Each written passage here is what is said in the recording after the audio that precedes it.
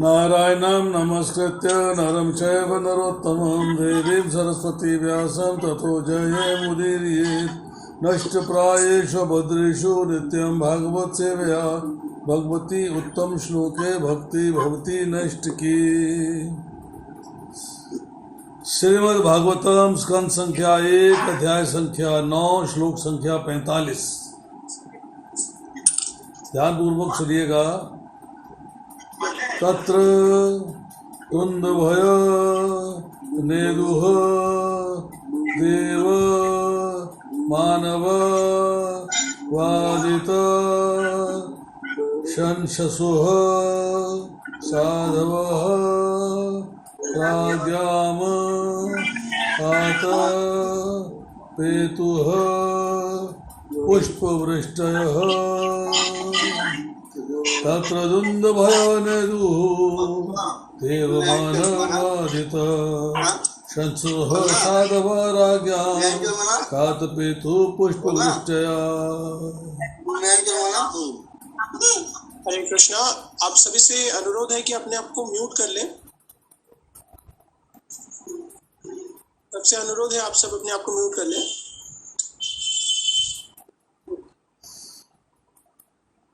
तत्र तत्पश्चात तुंद भय नगाड़े नेदुः बजने लगे। देव अन्य लोगों के देवता मानव सारे देशों के मनुष्य वादित के द्वारा बजाए जाकर शंसोह प्रशंसा की। साधवः ईमानदार राज्ञाम राजाओं द्वारा खात आकाश से पेतुः गिरने लगी। पुष्प वृष्ट है पुष्पों की वर्षा। अनुवाद पढ़ता हूँ शील बहुपाद द्वारा। तत्पश्चात मनुष्यों तथा देवताओं ने सम्मान में नगाड़े बजाए और ईमानदार राजाओं ने सम्मान तथा आदर प्रदर्शित किया। आकाश से पुष्पों की वर्षा होने लगी। तात्पर्य पढ़ता हूँ। भीष्मदेव का आदर मनुष्य तथा देवता दोनों करते थे। मनुष्य तो पृथ्वी पर भू एवं भूवर लोकों में रहते थे, लेकिन देवता स्वलोक स्वर्ग में रहते हैं। और वे सभी जानते थे कि भीष्मदेव महान योद्धा तथा भगवत भक्त हैं। मनुष्य रूप में होकर भी महाजन या अधिकारी के रूप में वे ब्रह्मा, नारद तथा शिव के तुल्य थे। आध्यात्मिक सिद्धि मिलने पर ही देवताओं के तुल्य योग्यता संभव है। इस तरह भीष्मदेव समस्त ब्रह्मांडों में विख्यात थे और उनके समय में एक लोक से दूसरे लोक की यात्रा व्यर्थ के यांत्रिक अंतरिक्ष यानों द्वारा नहीं किंतु अपितु सूक्ष्म विधियों से की जाती थी। जब सुदूर लोगों को भीष्म के निधन की सूचना भेजी गई तो उच्च लोगों के निवासियों ने तथा पृथ्वी के वासियों ने दिवंगत महापुरुष के सम्मान में पुष्प वर्षा की। स्वर्ग से फूलों की वर्षा देवताओं की मान्यता का चिन्ह है। इसकी तुलना कभी भी शव को फूलों के सजाने से नहीं करनी चाहिए। आत्म साक्षात्कार के कारण भीष्मदेव के शरीर का भौतिक प्रभाव दूर हो चुका था और उनका शरीर उसी प्रकार आध्यात्मिक बन रहा था जिस प्रकार अग्नि के संपर्क में आकर लोहा लाल हो जाता है। अतएव पूर्णतः स्वरूप सिद्ध व्यक्ति का शरीर भौतिक नहीं माना जा सकता। ऐसे आध्यात्मिक शरीरों के लिए विशेष उत्सव बनाए जाते हैं। भीष्मदेव के सम्मान का तथा उनकी मान्यता का अनुकरण कभी कृत्रिम साधनों से नहीं करना चाहिए, क्योंकि आजकल हर सामान्य व्यक्ति का जयंती समारोह मनाया जाता है।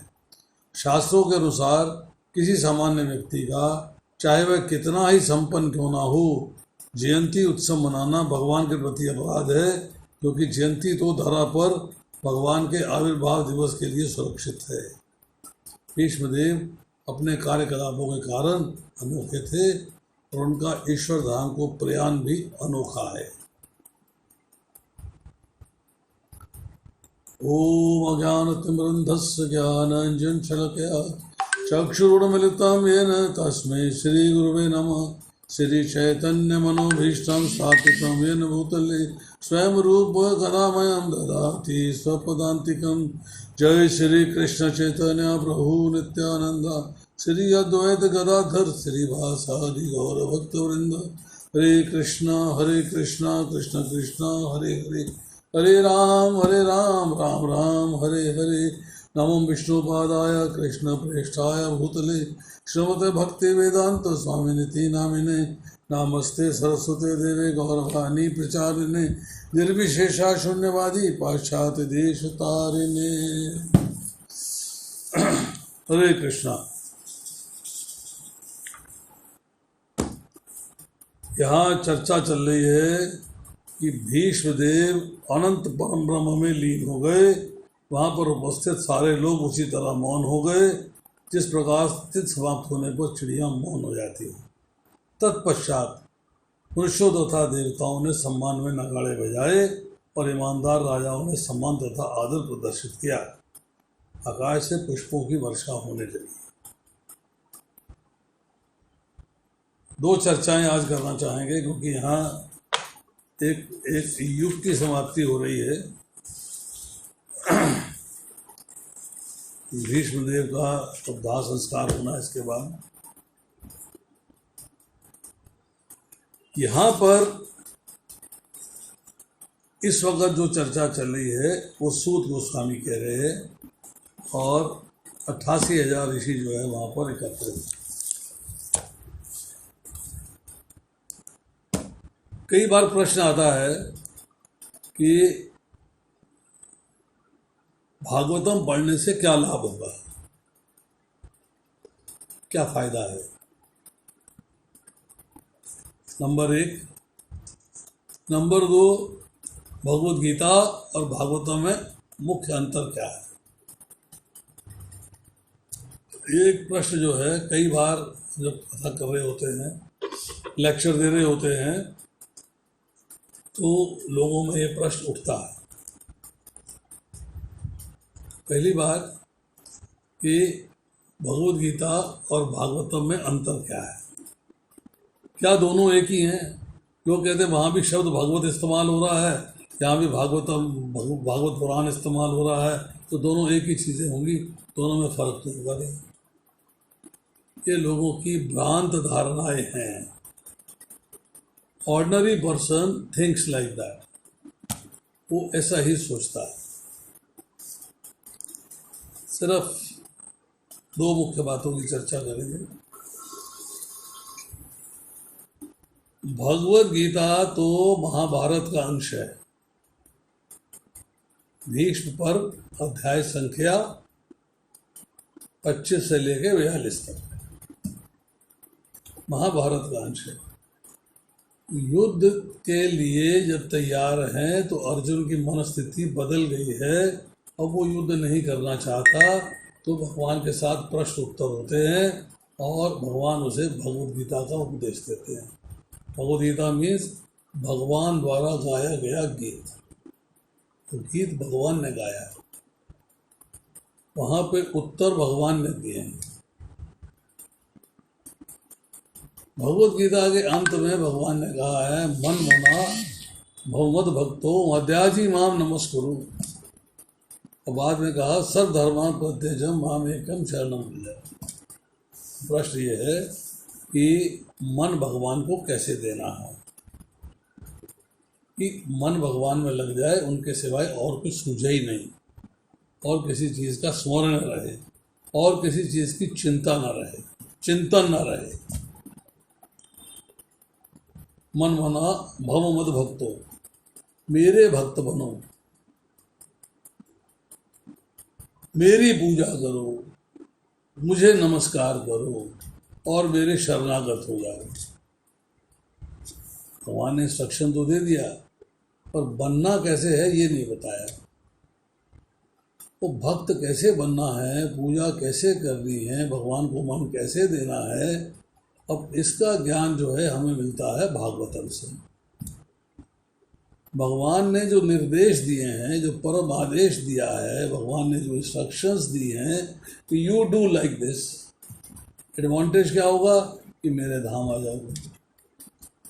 अब क्वेस्ट ऑफ एनलाइटनमेंट एक ग्रंथ है प्रभुपाद जी का, इसके 7वें चैप्टर के अंदर बहुत अच्छा कोट दिया है प्रभुपाद ने।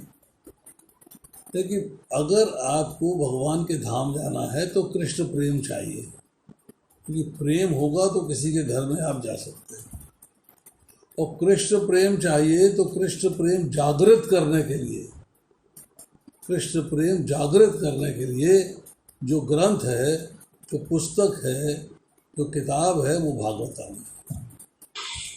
क्योंकि भागवतम के अंदर भक्तों की कथाओं से, भगवान के अवतारों की कथाओं से चर्चा भी करेंगे, तो इनकी कथाओं के कारण से आपको एक सिचुएशन प्राप्त होती है जिससे कि आपके चिंतन में हर समय भगवान रहते हैं। और जब भगवान आपके चिंतन में रहेंगे तो भगवत प्रेम प्राप्त होगा। क्योंकि भगवान कहते हैं अनन्य चेता सत्यम यो माम स्मृति नित्यशः तस्य अयम स्वरूप पार्था नित्य युक्त सी होगी ना, कि जो हर पल, हर क्षण, हर मोमेंट मेरा चिंतन करता रहता है, जिसके चिंतन में मेरे सिवाय और कोई नहीं है, I am the only one in his family, जिसके चिंतन में मेरे सिवाय और कोई नहीं है, उसकी चर्चा हो रही है। अनन्य चेता सततम, लगातार, मां स्मृति, मैं श्याम सुंदर कृष्ण जो तेरे सामने रथ पे विराजमान हूँ, उसका चिंतन करना। अनन्य चेता, और किसी का चिंतन नहीं करना। माम स्मृति नित्यशः, फिर नित्यशः इस्तेमाल हुआ कि नित्य, हर क्षण, हर मोमेंट, हर पल। तस्य अयम सुलभ पार्था, उसके लिए मैं सुलभ हूँ, इजीली अवेलेबल हूँ। मेरे धाम आ जाएगा या मैं उसके पास आ जाऊंगा, दोनों सिचुएशंस हैं। डिपेंड करता है कि आपकी भक्ति कितनी स्ट्रांग है। अब भगवान ने ये जो अपने पास आने की बात कही, इसका प्रोसेस, इसका तरीका, इसका सिस्टम वो भक्तों की कथाओं के माध्यम से श्रीमद् भागवतम में मिलता है। तो मुख्यतः दो बातें यहाँ कहेंगे। एक तो जो भागवतम है उसमें हम पढ़ते हैं कहीं मैत्रेय उवाच है, कहीं शुक उवाच है, कहीं सूत उवाच है, मतलब अलग अलग जगह के अलग अलग है। तो भागवतम है क्या, बेसिकली क्या हो रहा है इसके अंदर? इसका रिसाइटेशन हुआ है, मतलब इसकी कथाएं बार बार हुई हैं और बार बार अलग अलग लोगों ने अलग अलग जगह पे इसको कथा के रूप में कहा है। जैसे कि बद्रिकाश्रम, बद्रीनाथ, वहाँ पर जो ब्रह्मा जी के 4 कुमार हैं, सनकादि ने नारद जी को ज्ञान दिया है, नारद जी को ज्ञान दिया है। गोकर्ण में, विजयनगर में धुंधकारी को ज्ञान दिया गया है। परीक्षित गोकर्ण जो है धुंधकारी को ज्ञान दे रहे हैं। सुखदेव जी ज्ञान दे रहे हैं राजा परीक्षित को शुकताल में, जो भागवतम हम पढ़ते हैं। मैत्रेय जी ज्ञान दे रहे हैं विदुर जी को हरिद्वार में। सूत जी ज्ञान दे रही है शौनकादि 88,000 ऋषियों को नैमिषारण्य में। फिर सनकादि ने फिर ज्ञान दिया है भक्ति को, ज्ञान को, वैराग्य को ऋषिकेश में। उद्धव जी ने ज्ञान दिया है गोपियों को कुसुम सरोवर में। और संकर्षण जी ने ज्ञान दिया है सनत कुमार को पाताल में। सनत कुमार जी ने फिर ज्ञान दिया है सांख्यायन मुनि को, जिसको कि पराशर मुनि ने और बृहस्पति ने सुना है। तो ये जो ज्ञान है अलग अलग समय पे अलग अलग जगह पे बांटा गया, सुनाया गया, श्रवण हुआ इसका, और इसीलिए भागवतम के अंदर अलग अलग उवाच आते हैं। अब प्रश्न ये है कि पूरा भागवतम 6 प्रश्नों के उत्तर में टिका हुआ है। 6 क्वेश्चन, केवल 6 प्रश्न हैं जहाँ पर कि अगर ध्यान पूर्वक सुनेंगे तो 6 प्रश्नों का उत्तर जो है वो पूरे भागवतम में मिलेगा। शॉर्ट में प्रश्न करते हैं, what is the ultimate benefit of Mankind, मतलब मनुष्यों के लिए सबसे उच्च कोटि का फायदा क्या है, लाभ क्या है। तो उसके लिए जो है आती है चर्चा कि what is the essence of all scriptures, सारे शास्त्रों का निचोड़ क्या है।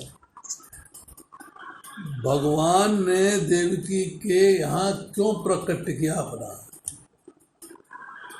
भगवान की लीलाओं का वर्णन, उन्होंने ब्रह्मा जी का फॉर्म लिया, रुद्र का फॉर्म लिया, अलग अलग अवतार लिए, तो उन अवतारों के अंदर है क्रिएट करना है, मेंटेन करना है, डिस्ट्रॉय करना है यूनिवर्स को, सारी बातों की चर्चा हो रही है। फिर जो भगवान के विस्तार हैं उनकी डिटेल में व्याख्या, और उसके बाद जब कृष्ण जो है अपने धाम वापस चले जाते हैं, अप्रकट हो जाते हैं, तब धर्म जो है किसकी शरण लेता है, तब धर्म किसकी शरण लेता है। तो थोड़ा सा उल्लेख मिलता है कि what is the absolute and ultimate good share for people in general. Highest limit क्या है और अल्टीमेट गुड, मतलब उससे ज़्यादा बढ़िया बात कोई हो ही नहीं सकती। सबसे ज़्यादा श्रेयस्कर चीज़ क्या है पब्लिक के लिए, जन समाज के लिए। क्वेश्चन किया है पहले स्कंद के पहले अध्याय का 9वां श्लोक है, और आंसर दिया है पहले स्कंद के दूसरे अध्याय का 6वां और 7वां और 27वें तक चल रहा है। दूसरा प्रश्न था कि what is the essence of all scriptures, सब शास्त्रों का निचोड़ क्या है। प्रश्न है पहला स्कंद, ये सब पहले स्कंद के क्वेश्चन हैं, पहला अध्याय 11वां श्लोक। उत्तर फिर मिलता है पहले स्कंद के दूसरे अध्याय के पूरे सेकंड चैप्टर में इसका उत्तर मिलता है। अब आता है प्रश्न नंबर 3 कि भगवान ने अपना प्राकट्य क्यों किया है। पहला स्कंद दूसरा अध्याय 34वां श्लोक, पहला स्कंद तीसरा अध्याय 28वां श्लोक। अब इसका जो उत्तर है पहले स्कंद के दूसरे अध्याय के 34वें श्लोक में मिलता है, और फिर 8वें अध्याय के 35वें श्लोक में, 9वें स्कंद के चौथे अध्याय के 61वें श्लोक में, और 10वें स्कंद के 8वें अध्याय के 48वें और 50वें श्लोक में। तो स्प्रेड है पूरे भागवतम में, आप देखेंगे एक के बाद एक चलते जा रहे हैं, और ये जो उत्तर हैं ये छाए हुए हैं। उसके बाद चौथा प्रश्न है पहले स्कंद के पहले अध्याय का 17वां श्लोक है, और आंसर मिलेगा पहले अध्याय के दूसरे श्लोक दूसरे पहले स्कंद के दूसरे अध्याय के 30वें और 30वें श्लोक में, और पहले स्कंद के तीसरे अध्याय के पहले और 5वें श्लोक में, कि भगवान का इस भौतिक संसार के अंदर प्राकट्य होने के बाद भगवान ने क्या क्या लीलाएं करी। और उसके बाद तीसरा स्कंद पूरा इसे एक्सप्लेन करता है, चौथा स्कंद पूरा एक्सप्लेन करता है। 5वां प्रश्न, पहला स्कंद पहला अध्याय 18वां श्लोक, कि भगवान ने जो विस्तार किए हैं उन विस्तारों का वर्णन, उनकी एक्टिविटीज़, उनके पास टाइम्स, उनका वर्णन जो है वो पूरे पहले स्कंद में छाया हुआ है। और लास्ट है कि जब भगवान अप्रकट हो जाते हैं, अपने धाम चले जाते हैं, तब जो है ये धर्म जो है किसकी शरण लेता है। ये रिलीजियस प्रिंसिपल्स जो हैं ये इस जाने के बाद कहाँ जाते हैं, इसका उत्तर मिलता है पहले स्कंद के तीसरे अध्याय के 43वें श्लोक में, कि भागवत पुराण इज द ब्रिलियंट सन, तेजोमय सूर्य भागवत पुराण है, और ये भगवान कृष्ण के अप्रकट होने के बाद धर्म जो है इसकी शरण में। तो जब हम भागवतम पढ़ते हैं तो क्या होता है, प्रभुपाद लिखते हैं कि भागवतम इज अ बुक जिससे कृष्ण प्रेम जागृत होता है, भगवान का प्रेम जागृत होता है इससे, और फिर भगवान आपके चिंतन में बने रहते हैं। क्यों कि आपने इतनी लीलाएं देखी हैं, इतने अवतारों की लीलाओं के बारे में सुना है, धाम के बारे में सुना है, भगवान के नाम रूप गुण लीला का वर्णन सुना है, आपने पढ़ा है, आँखों के द्वारा सुनना और कानों के द्वारा पढ़ना, ये इम्पोर्टेंट बात है समझने की। हम पढ़ते हैं, थोड़ा ज़ोर से पढ़ेंगे तो हमारे कानों में आवाज़ जाएगी, तो हम कानों से सुन भी रहे हैं और कानों से देख भी रहे हैं, कानों से पढ़ भी रहे हैं। तो यहाँ पर जो है हमने अब भागवतम को देखा कि कहाँ कहाँ कहा गया है, कहाँ कहाँ पढ़ा गया है और क्या क्या चर्चाएं आई। अब यहाँ पर जो एक चर्चा आ रही है कि मनुष्य रूप में होकर भी महाजन या अधिकारी के रूप में ब्रह्मा, नारद तथा शिव के तुल्य थे। तो भीष्म देव जी को महाजन कहा जाता है। महान जन मतलब महान व्यक्ति। महाजन का अर्थ है महान जन, अर्थात कि महान व्यक्ति। अब भागवतम के 6 स्कंद के 3 अध्याय का 20वां और 21वां श्लोक है। स्वयंभू नारदः शंभु कुमार कपिलो मनु प्रहलादो जनको भीष्मो बलिवाया सकीवर्यम् द्वादशेते विजानीयो धर्म भागवत मता द्वयं विशुद्धं दुर्बोध्यं ज्ञात्वा अमृतम् अश्नुते। कि ये 12 महाजन हैं, 12 महाजन।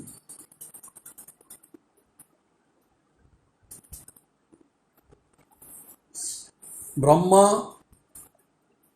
जी, शिव जी, नारद जी, 4 कुमार, कपिल मुनि, मनु, प्रहलाद, जनक, भीष्म, बलि, सुखदेव और यम। ये 12 महाजन हैं। उनमें से जो भीष्म देव है वो एक महाजन, वो महान जन गिना गया है। इसलिए यहाँ प्रभुपाद लिखते हैं कि वो नारद, ब्रह्मा जी तथा नारद के तुल्य हैं, उनके बराबर हैं। मतलब क्वालिटीज़ में, गुणों में, महिमा में उनके बराबर हैं। उनको किसी से कम नहीं मानना चाहिए। अब वो भगवान के भक्त हैं और भगवान के भक्त भी ऐसे हैं कि उस समय जितने लोग वहाँ पर उपस्थित हैं उसके अंदर जो है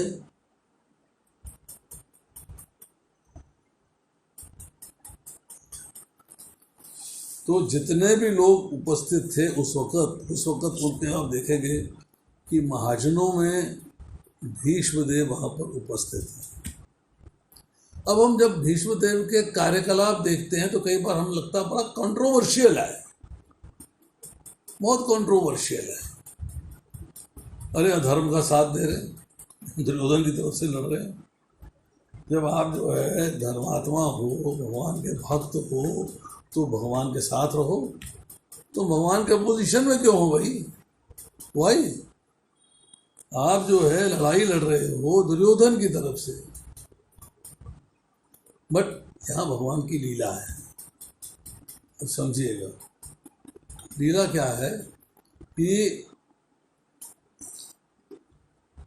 ये स्थापित करना है भगवान ने कि जो वचन है, वचन उसकी क्या महिमा है, उसकी क्या वैल्यू है।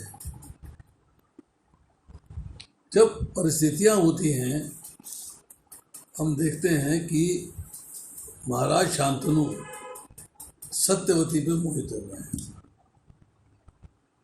सत्यवती से विवाह करना चाहते हैं। मेरा अभी भोग विलास पूर्ण नहीं हुआ।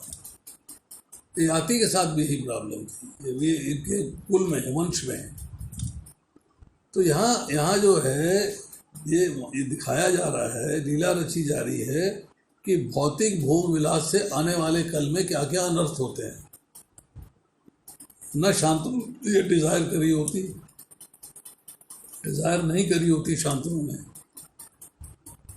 यहाँ दिखाया जा रहा है कि राजा होने के नाते इतनी महान पोजीशन है जहाँ आपको जो है समाज के लिए एक उसे कहते हैं कि दृष्टांत बनना चाहिए, एक पोजीशन बन दिखानी चाहिए कि देखिए ये मैं कुछ छुटिया हूँ, राजा हूँ, तो मैं जो कार्य कर रहा हूँ आपको फॉलो करना चाहिए।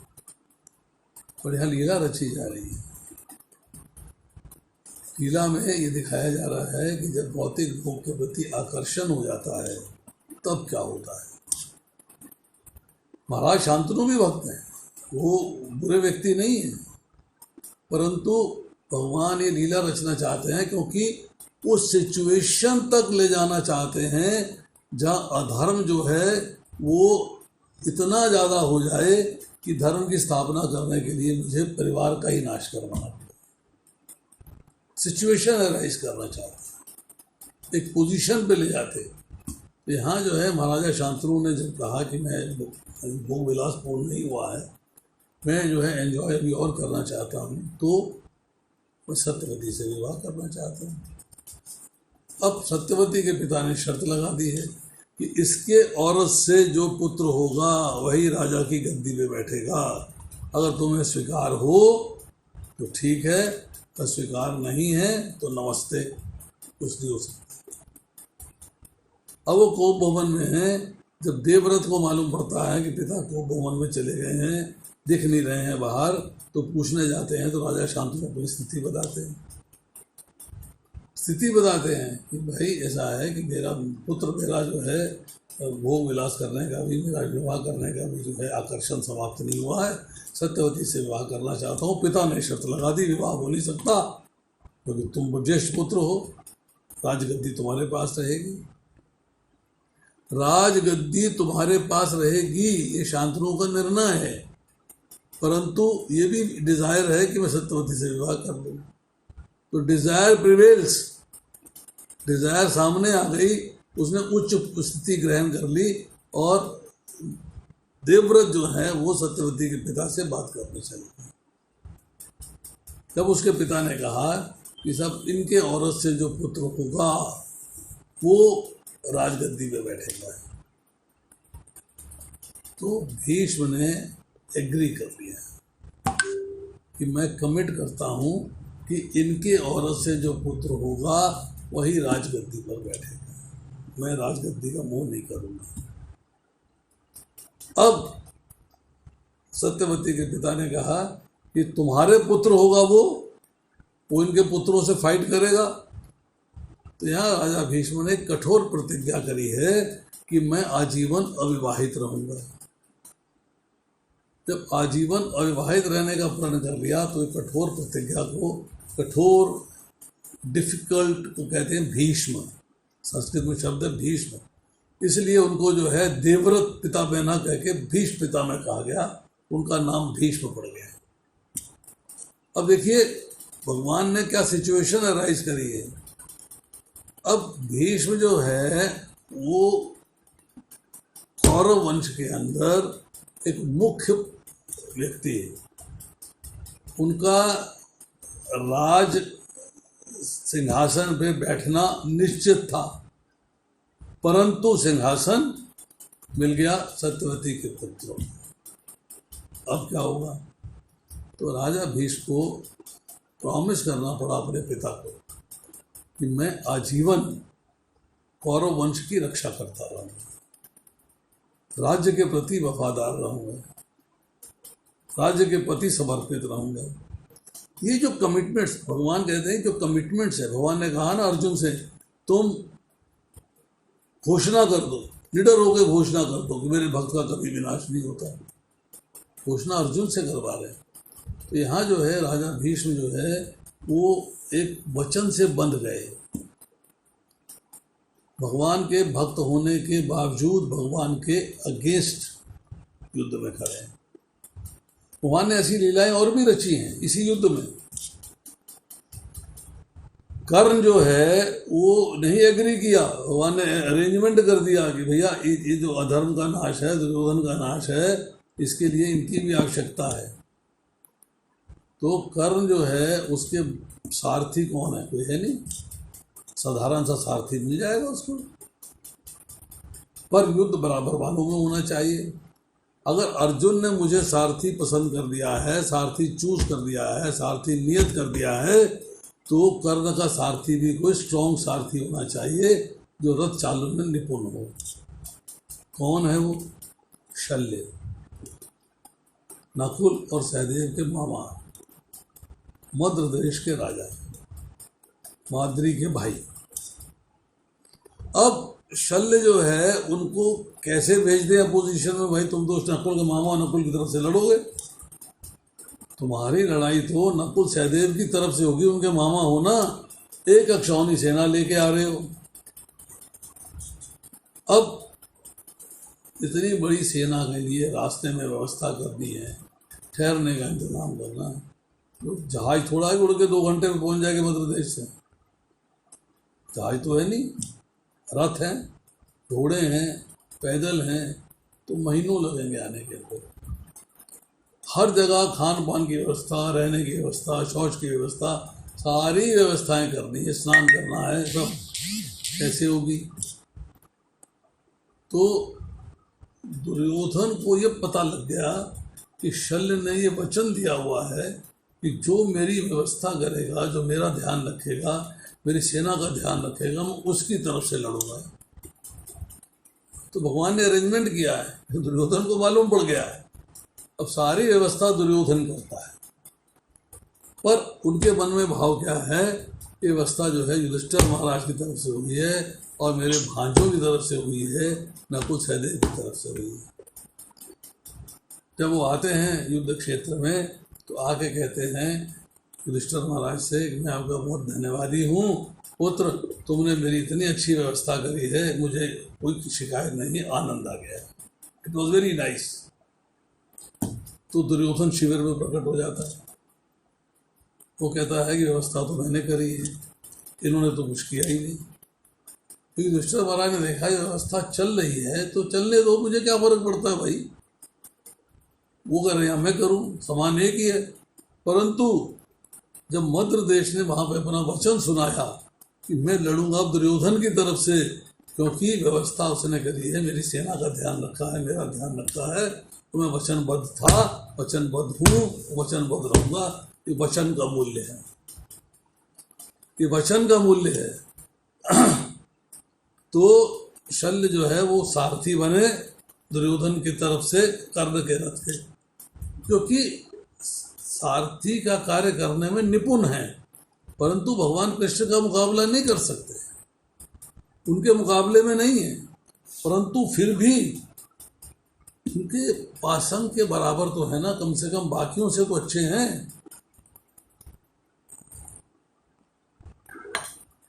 अब यहाँ जो है वचन की बात हम कर रहे थे, अगर हम आज के युग में देखें, ये बात अलग है कि आज उसका उन वचनों का कोई पालन नहीं करता, बहुत कम पालन होता है, लोगों को याद भी नहीं हमने क्या वचन दिए हैं। विवाह होता है, 7 फेरे लिए जाते हैं, 7 वचन दिए जाते हैं, किसको याद है? किसी को याद है तो बताओ। सुन लिए बस, वो तो चक्कर काटना है, फटाफट काटो, पंडित क्या बोल रहा है क्या जा रहे। और जो पंडित जी वहाँ बात कह रहे हैं, बिल्कुल ऐसी बात कह रहे हैं ताकि जीवन बड़ा व्यवस्थित हो, सुंदरता से बीते, प्रेम से बीते। परंतु उन वचनों को कोई नहीं याद रखता, क्योंकि वचन याद नहीं है, वचन का पालन नहीं हो रहा है, इसलिए विवाह में परेशानियां होती हैं। इसलिए विवाह के पार संबंध निभाने में परेशानियां होती हैं, उसके बाद तलाक हो जाते हैं, शादियां टूट जाती हैं। और बात करिए, आज की तारीख में या आज से कुछ साल पहले तक जो बिजनेस होते थे, बिजनेस के अंदर भी वचन से बात होती थी, वचन दे दिया डन है, बस उसको पलटेंगे नहीं। आज उस वचन का पालन लोग नहीं करते, अपने स्वार्थ का पालन करते हैं। अगर आपने वचन दिया है कि मैं आपसे एक 50 रुपए किलो की चीज़ खरीदूंगा, वो वचन हो गया है, देने वाले ने कहा मैं 50 रुपए किलो में दूंगा, देने वाले ने कहा मैं 50 रुपए किलो में दूंगा, वचन हो गया है। उसे 49 रुपये 50 पैसे की चीज़ मिलेगी ना, वचन तोड़ देगा, 49 रुपये 50 पैसे की चीज़ मिलेगी, तो स्वार्थ आ गया, बेनिफिट आ गया।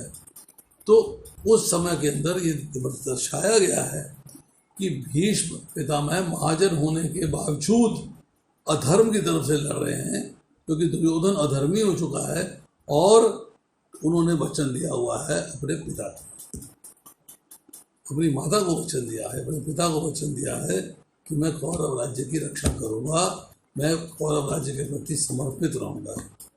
तो दुर्योधन को छोड़ नहीं पाए।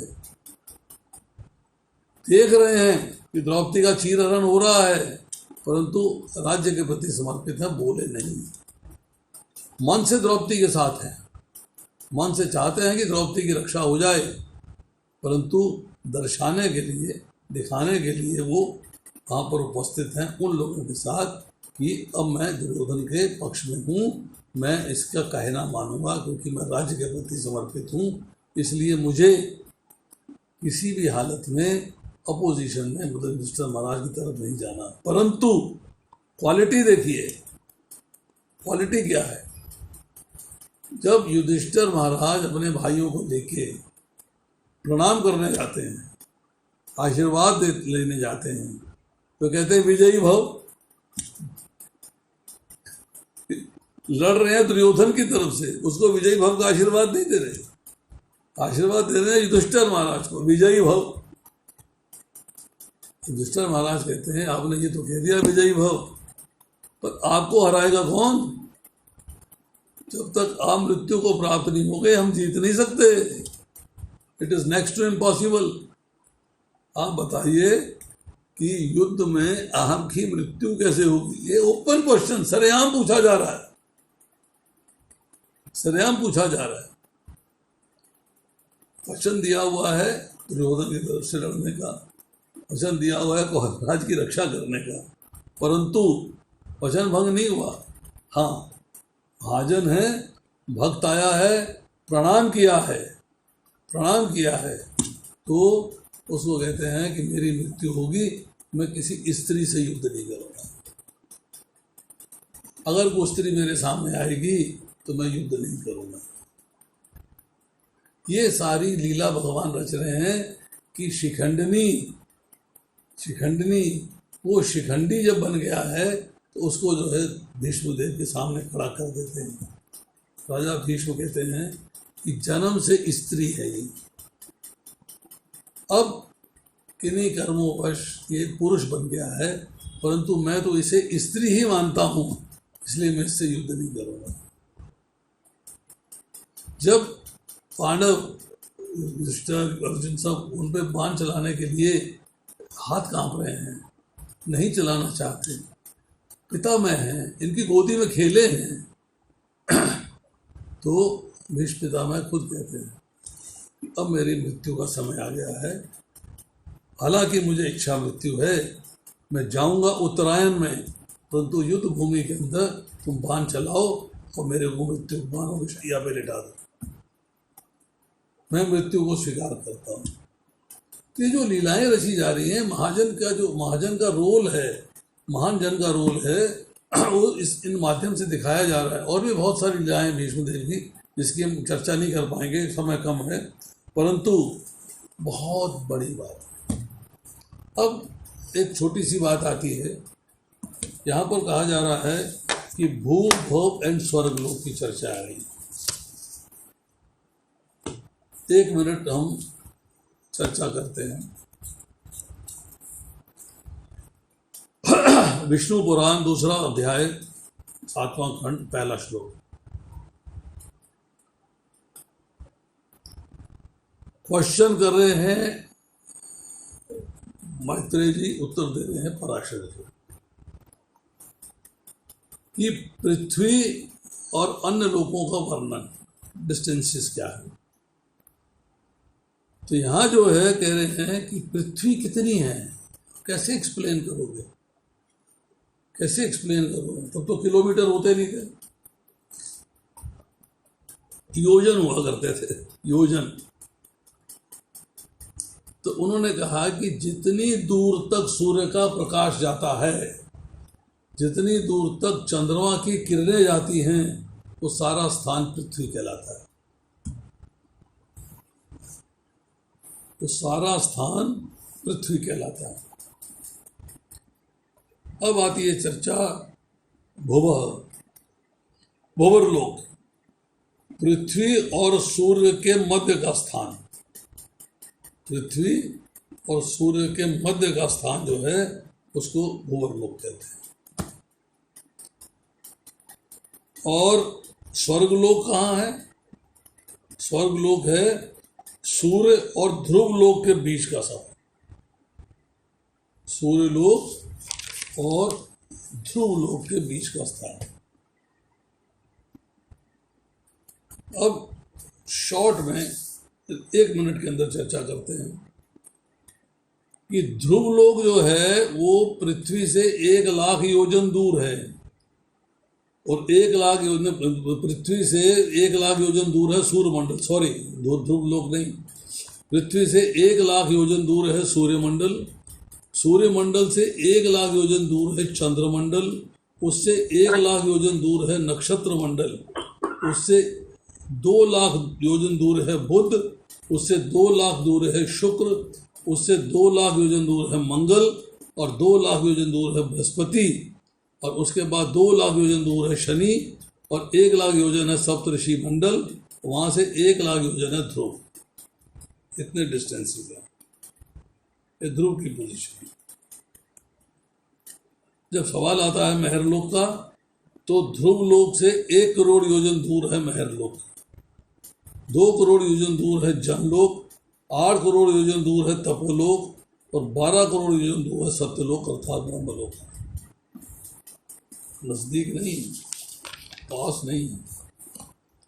बाकी फिर कभी चर्चा करेंगे कि सत्यलोक, तपोलोक, जनलोक, महरलोक, स्वर्गलोक, भूरलोक, भूलोक, अतल, वितल, सुतल, तलातल, महातल, रसातल, पताल और नीचे शेषनाग जी, इनकी पोजीशन क्या है, कौन कौन यहाँ रहते हैं, डिस्टेंसेस क्या है, इनके बारे में फिर चर्चा करेंगे।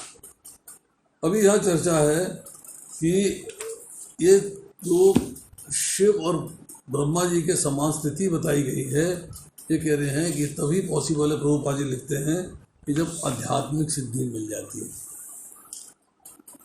अब भीष्मदेव जो है उनकी महिमा जो है, यश जो है सारे ब्रह्मांडों में फैला हुआ है।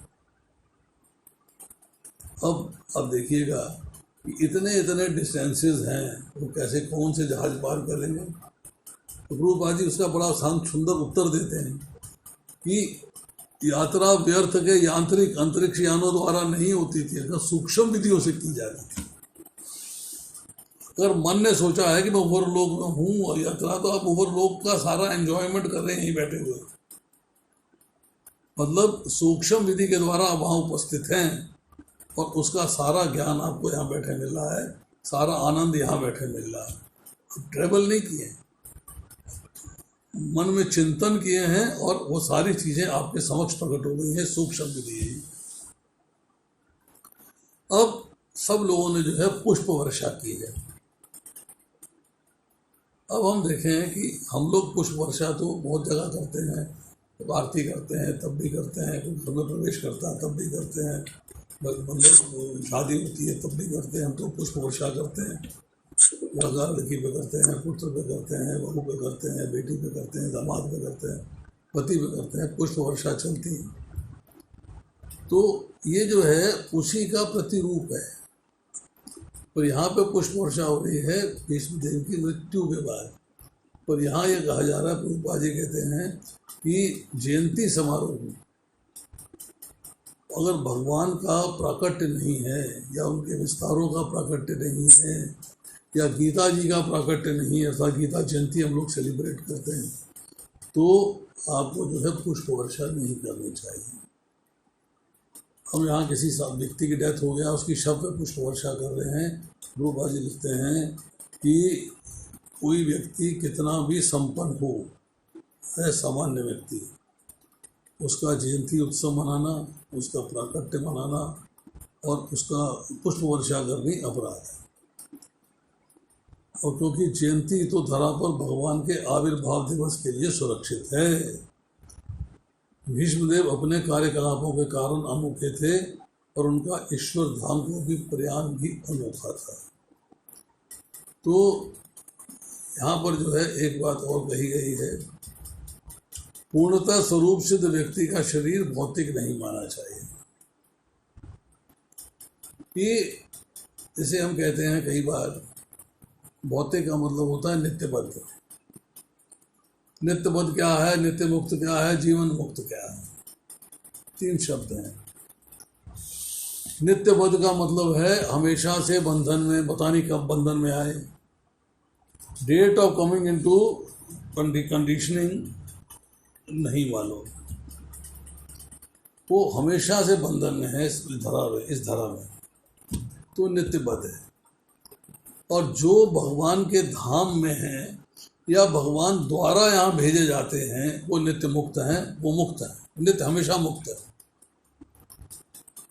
जितने बड़े बड़े संत वैष्णव आचार्य हमारी परंपरा के आचार्य यहाँ आए वो सारे के सारे जो है नित्य मुक्त हैं।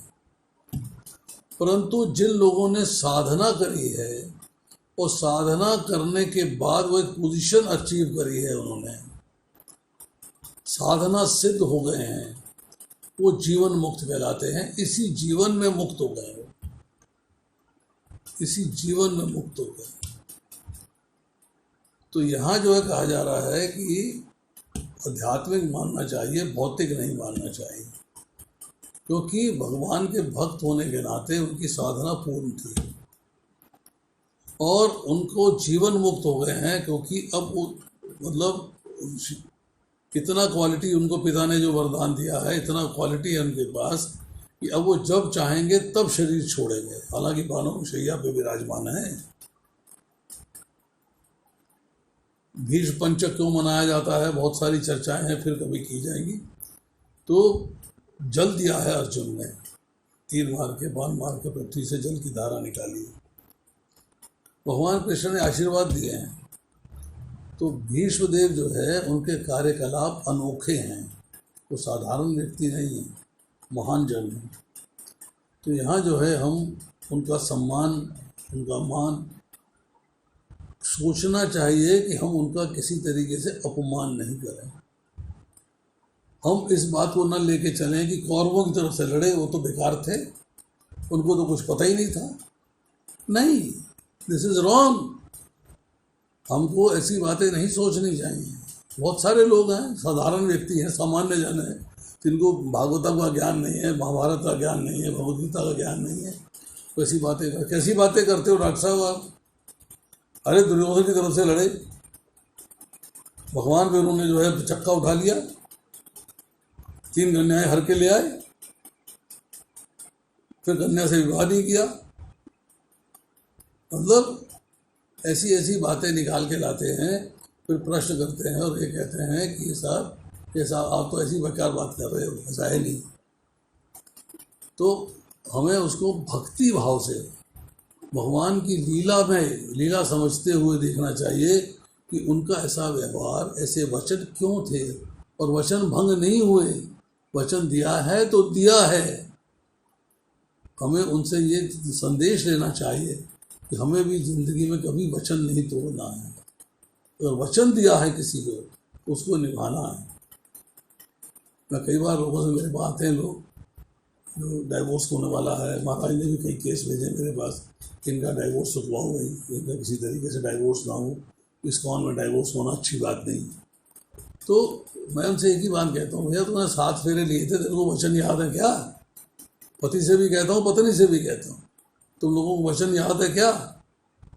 अरे भीष्म देव को देखो, वचन के लिए धर्म की तरफ से लड़े हो, वचन दिया था इनके, तुम इस्कॉन डिवोटी हो, उनकी पूजा करते हो, अर्चना करते हो, आराधना करते हो, स्मरण करते हो, भीष्म देव में कार्यकलापों को सुनते हो और ये फॉलो करते हो तुम। तो थोड़ा सा हमें मैसेज लेना चाहिए, संदेश लेना चाहिए और समझना चाहिए कि ऐसे कार्यकलाप जो अनोखे थे क्यों हुए। हरे कृष्णा। आज इतना ही, शेष फिर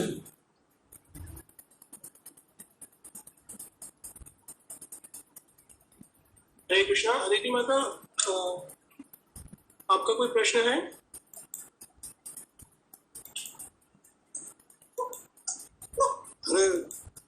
हरे कृष्णा प्रभु जी। श्री माता जी, प्लीज आस्क योर क्वेश्चन। हरे कृष्णा प्रभु जी, दंडवत प्रणाम प्रभु, दंडवत प्रणाम जी। कहिए प्रभु जी, जो आपने डिस्टेंसेस बताए कुछ ज्यादा जल्दी में बता दिए, हमें समझ नहीं आ रही। ये विष्णु पुराण में आपने कौन सा चैप्टर बताया था?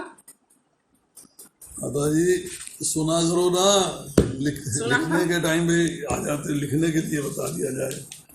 प्रभु जी विष्णु पुराण का चैप्टर बता दो। विष्णु पुराण पढ़ोगे क्या? है तो सही, कोशिश कर लूंगी पढ़ने की। तो ढूंढो फिर उसमें से। आप अभी पकी पकाई रोटी क्यों खाते हो? पकाओ ना। और मुझे जो आपने ना यहाँ बताया है, जहां तक सूर्य जा रहा है, किरणें जा रही है, लाइट जा रही है, वही पृथ्वी है। उसके बाद तो आपने इतना सारा तेज खुला, भूवर लोग पता नहीं, ध्रुव लोग कहाँ कहाँ में पता नहीं चला। प्रभु जी आपकी वजह से तो रिकॉर्डिंग हुई है। विष्णु क्या पुराण कर पढ़िए, जी उसमें से ढूंढिए, प्रभु जी, वो तो चैप्टर मजा आएगा। प्रभु जी लेक्चर में मजा आ गया। आप विष्णु पुराण का बता दो लेक्चर। जी प्रभु जी आप चैप्टर बता दीजिए प्लीज।